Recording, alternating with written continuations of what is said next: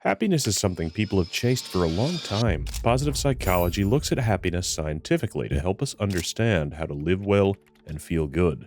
This topic is becoming more popular and recognized in both personal lives and around the world. Many people define happiness in different ways, and we will look at those definitions in this article. To start, think about a happy moment in your life. Were you by yourself or with others? Were you indoors or outdoors? By the end of this video, you can think back on that memory and see if you understand what made you happier. Happiness is often seen as the good feelings we get from the enjoyable activities in our daily lives. Emotions like pleasure, comfort, gratitude, hope, and inspiration help us feel happy and thrive. In science, happiness is called hedonia, which means having positive emotions and not having negative ones. Looking at happiness more broadly, human well-being includes both hedonic, pleasure-based, and eudaimonic, meaning and purpose-based aspects. There is a lot of research on this topic, focusing on what gives our lives meaning and purpose. A look at the science of happiness. The science of happiness studies what happiness is, how we can experience it, and what happy people do differently. It focuses on ways we can feel happier in our lives. For many years, psychology mainly concentrated on problems and negative experiences. Since psychology began in the late 1800s, researchers have studied mental illnesses and trauma. While some attention was given to well-being and success, most research aimed to help those who were struggling. Although helping those in need is important, there was a gap in understanding how to improve happiness for everyone. That's where positive psychology comes in. This approach emphasizes the positive aspects of life, exploring what thoughts and actions can make us happier, more productive at work, and more fulfilled in our relationships. There has been a lot of research on how happiness affects our work. Many companies want to know how to improve productivity, attract talent, and create a positive reputation. After all, who wouldn't want to work for a company with happy employees? Happy employees are less likely to quit, miss work, or engage in negative behaviors. They are more likely to contribute positively to their workplace, maintain good physical health, and enjoy better mental health. Happiness and job performance are connected. Happy people tend to do better at their jobs. It leads to better customer satisfaction, higher profits, increased productivity, lower employee turnover, and a safer work environment. Overall, happier organizations are usually more productive and successful. While we still don't understand how happiness and productivity relate, we know there is a connection. Recently, many human resources managers and company leaders have decided that knowing this connection is enough reason to implement practices that boost happiness at work. This means we will likely see more positive changes in the workplace in the future. A study showing how acts of kindness make us happier. Feeling stressed after a long day at work? A bubble bath might sound like the perfect way to relax. Or maybe you're feeling a bit down and want to cheer yourself up with a delicious dessert. It's common to want to reward yourself, especially after a tough day. If you've had an argument with a friend, you might even think about skipping your workout and enjoying an extra scoop of ice cream instead. The message is clear. Focusing on your own wishes and desires can make you happy. However, many people grow up hearing a different message. Most religions and wise figures like grandmothers often emphasize that we should put others first and ourselves second. This idea is known as pro-social behavior, where you do kind things for other people. Recent studies have shown that when people engage in these acts of kindness, they tend to feel happier themselves. But how does doing nice things for others compare to treating yourself? Is treating yourself really the key to happiness? A study by Nelson and colleagues in 2016 sought to answer these questions. In the study, researchers divided participants into 4 groups. Each week for 4 weeks, they gave each group different instructions on how to spend their time. One group was told to do nice things for themselves, like shopping or enjoying a favorite hobby. Another was instructed to perform acts of kindness for others, such as visiting an elderly relative or helping someone carry groceries. The third group focused on improving the world through acts like recycling or donating to charity, while the last group was simply asked to keep track of their daily activities without any specific instructions. Each week, participants shared what they had done and how they felt, reporting on their positive and negative emotions.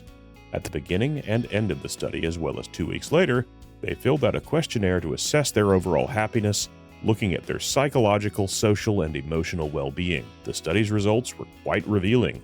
Only the participants who engaged in pro-social behavior, doing kind acts for others, showed improvements in their psychological well-being. Those in the kindness groups reported more positive emotions each week, feeling happier, more joyful, and more content.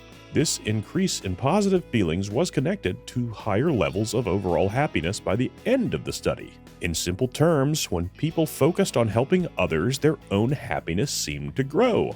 On the other hand, those who treated themselves, indulging in their own desires, did not experience the same boost in happiness.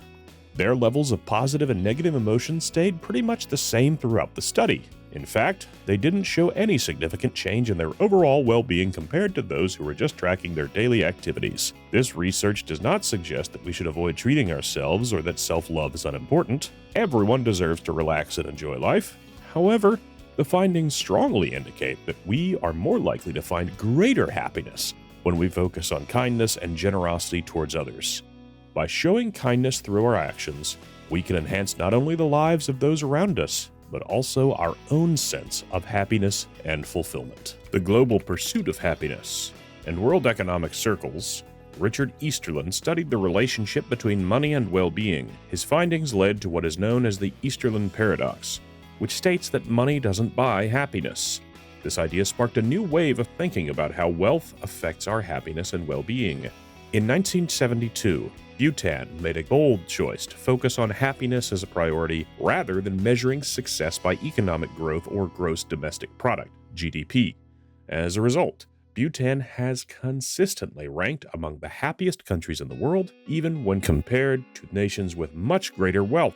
More global organizations and countries are becoming aware of the importance of happiness in our modern world. This shift has led to the United Nations inviting countries to participate in a happiness survey, culminating in the creation of the World Happiness Report. This report serves as a foundation for shaping public policy around well-being. Additionally, the United Nations established World Happiness Day on March 20th, largely due to the efforts of Bhutan and its Gross National Happiness Initiative. Organizations like the New Economic Foundation are also influential, working as economic think tanks to promote policies that enhance human well-being. Ruut Veenhoven, a leading authority on the scientific study of happiness, played a significant role in inspiring the United Nations General Assembly to adopt happiness measures. He is a founding member of the World Database of Happiness, which compiles a comprehensive scientific collection of happiness measures from around the globe. The goal of this organization is to provide a coordinated collection of data that is interpreted according to the scientifically validated theories and research on happiness. You might wonder if happiness can actually be measured. Many psychologists have dedicated their careers to answering this question, and the short answer is yes.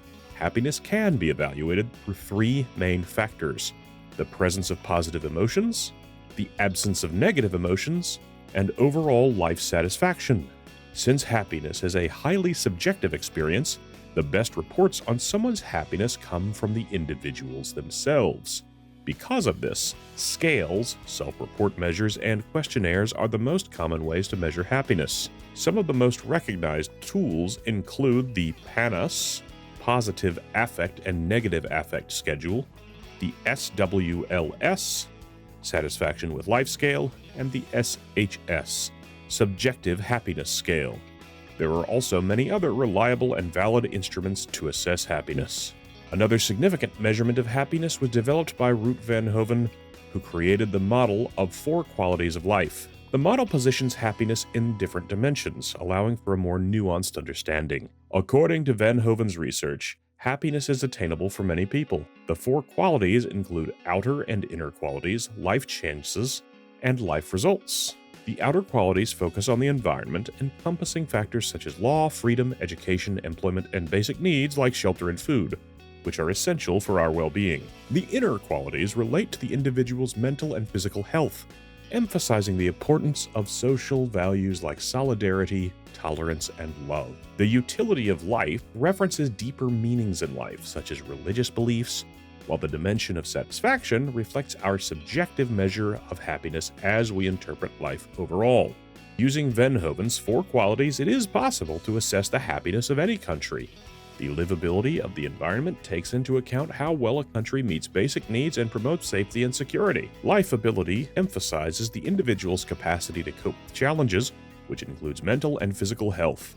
The utility of life connects to a higher order meaning, while satisfaction captures our overall contentment.